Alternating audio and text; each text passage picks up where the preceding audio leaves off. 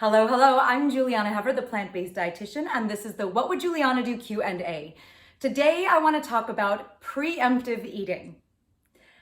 We eat for so many different reasons in a day. We eat because it's the time of day that we're supposed to eat. We eat because we are, bored, or we're stressed, or we're trying to procrastinate something we're supposed to be doing. There are so many reasons we eat. The most important reason to focus on, and why we really should be eating, is for nourishment and for hunger. So how do we know what that is? I often talk about the celery stick test. You know how that the hungrier you are, the more everything sounds delicious. So most of us aren't going around craving celery sticks. And if you are, that's fantastic. I support that 100%. But for most people that aren't, when you're really truly hungry, a celery stick is gonna sound really good and delicious and you're gonna want one. On the flip side of that, after a holiday, after you've had some extra dessert and you're just so full, nothing sounds good. You just don't even want to hear about any kind of food, right? So I like to use that as kind of the method of knowing, the gauge by which you know that you are actually hungry. So preemptive eating is something that I've seen in my clients over the years, and mostly it happens for two main reasons. One is for sports or fitness, like you're preparing to have enough energy and to not get cramps and to recover a certain way. And there's all these different factors that come into play when it comes to sports and fitness that create the need to eat preemptively. The second and third reason, or the second reason really, it's a big category, is the fear of hunger. People are afraid, if I don't have food and the right kind of food at this right time, I'm gonna be hungry, or I'm gonna break my metabolism, or I'm going to, fill in the blank, fear of not having adequate food at the ready.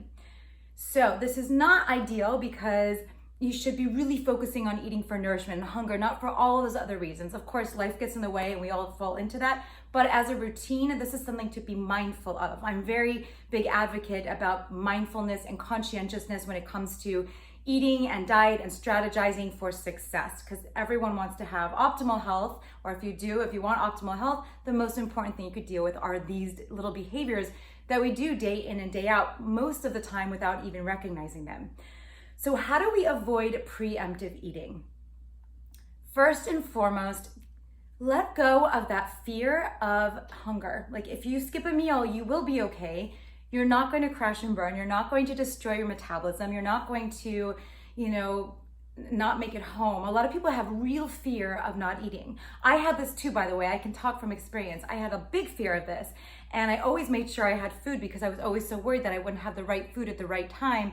And it was actually got in my way. And it was when I finally let go of, I'll be okay until the next meal. And so if I have to skip a meal here and there, it's not a big deal. I've gotten used to it. This took me years and years and years to get used to this, but it's totally true. And if you look at all of our history and how we adapted and evolved as humans, it is totally normal to not have food throughout the day. And in fact, I'll argue the other point, it is totally abnormal to have food access 24 hours a day, 7 days a week, the way we do now, which is why we have such problems, such enormous global problems with chronic overnourishment. So be at peace. If you don't have a meal right then, you will get to food. There's always going to be a possibility to get back to having the appropriate food when you really need it. But we do have adipose tissue. All of us, pretty much all of us, most of us have adipose tissue, which is by definition stored energy. So we store that for later when there is no energy available to us at the time. So if you could be calm and peaceful and make peace with that idea that you will get food eventually, it will make you so much happier and so much less resistant to, all of those situations that find you eating preemptively.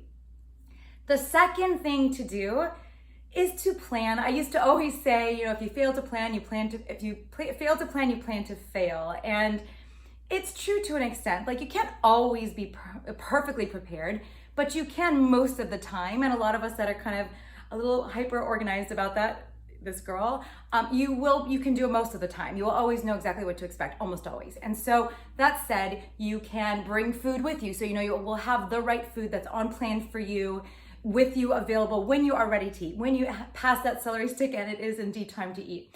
The other thing is if you're going to a restaurant, bring food with you if you don't know if there's going to be something for you. But nowadays you could just pop online and check out the menu. You can call ahead. You could see what's going to be available to you. And if it's a situation where there won't be something ideal for you, you'll have your own food with you or you'll eat beforehand. So those are the biggest strategies, is just prepare, and come to terms and peace with being okay skipping a meal here and there. It's really okay in the long run. So I hope that helps. Thank you so much for all of your wonderful questions and comments. Please keep them coming in the comment section below via direct message and my website, plantbaseddietitian.com. Thank you for joining me, and I will see you next time.